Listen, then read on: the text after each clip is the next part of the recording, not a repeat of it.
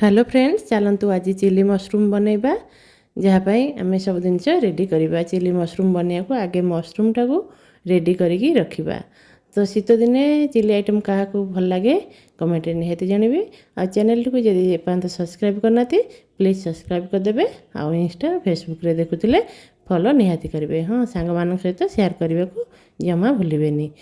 आ मो रेसिपी केमती लगुच कमेंट मध्यम निहाती जनइबे।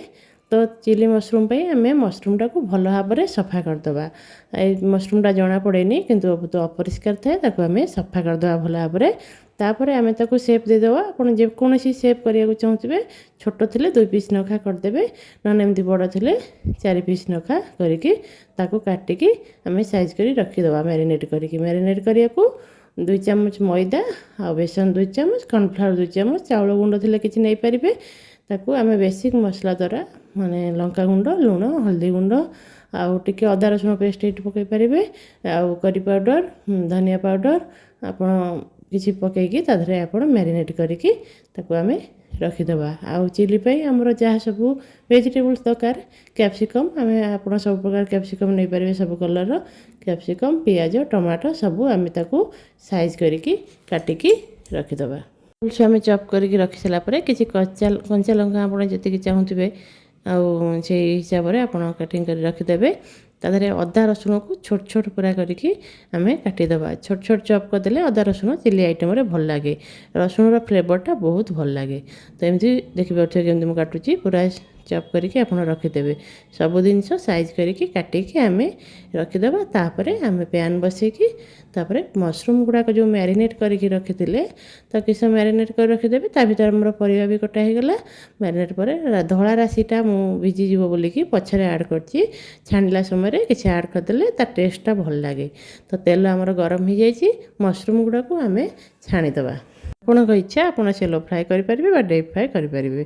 मशरूम को भल भाव में आम छाणिकी रखीदे। छाणिकी रखला आमर देखिए रेडी होगलानी। बेसी क्रंची करवानी एमती एमती चिली करवा ताको आम छाणिकी रखीदे। छाणिकी रखला से तेल रे आगे अदा रसुण जो चॉप करके रखी छोट छोट पीस करके देदेबा। अदा रसुण टिके लाल हो आसिले आम जो भेजी पियाज तो ये बेसी भजा हो पारे ना ना पियाज को आगे पकई पारे।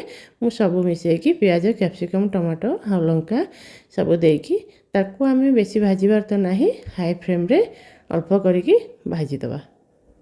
आपड़ चाहिए पियाज को आगे देवे तापर टिके है अलग भेजिटेबल्स दे पारे। मोर किंतु पियाज बेसी भजा हबार ना मुझे एका सांगे पकई देछि। तादरे आमर लंका गुंड हल्दी गुंड लुण सब देकी आउ टिके ताकू फ्राए करदबा। आमर माने बेसी स्पाइसी हो मसला देले से मो मसला आउ किछि देइनै माने अदा रसुण पेस्ट हेरिका किछि माने करी माने पाउडर मसला सब जा देछि किछि पेस्ट आउ देइनी। ताकू आमे देई साला परे देखिए भाजी हो सारानी। टिके कॉर्नफ्लावर 1 चामच नेकी ताकू गोलेकी टिके ग्रेवी पाई ताकू आमे गोलेकी ए समय देदेबा। देदेला परे आमे जो फ्राए करके मशरूम रखिथिबा ताकू हमर रेडी होगला परे मशरूमटा पकई देबा। आपण जे कोनोसी सॉस चाहूतिबे एठी पकई परिबे। मु टमाटो सॉस देछि जेहेतु कंचा लंका देछि आ चिली सॉस टी देइनी। आपण राग चाहूतिले देई परिबे। देखिपे पूरा चिली मशरूम टी रेडी होगला आमर सब आप रुटी परोटा नान सहित आपड़ खाईपारे। शीत दिने बढ़िया लगे गरम गरम चिली आइटम स्टार्टर हिसाब से नहीं पारे। आप ट्राए करके मुझे ग्रेवी करछि तो आप ट्राए करके स्टार्टर हिसाब भी नहीं पारे। केमती लगिला मोर कमेंट निहाती जनइबे। रोची नमस्कार। जय श्री जगन्नाथ।